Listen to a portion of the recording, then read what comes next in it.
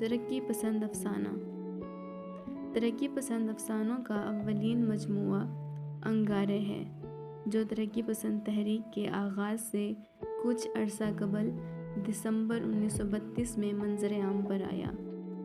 اس کے مصنفین احمد علی، سجاد ظہیر، رشید جہاں اور محمود الظفر تھے۔ یہ کتاب مارچ 1933 میں ضبط ہو گئی، جس کے نتیجے میں اس کی شہرت میں بے انتہا اضافہ ہو گیا۔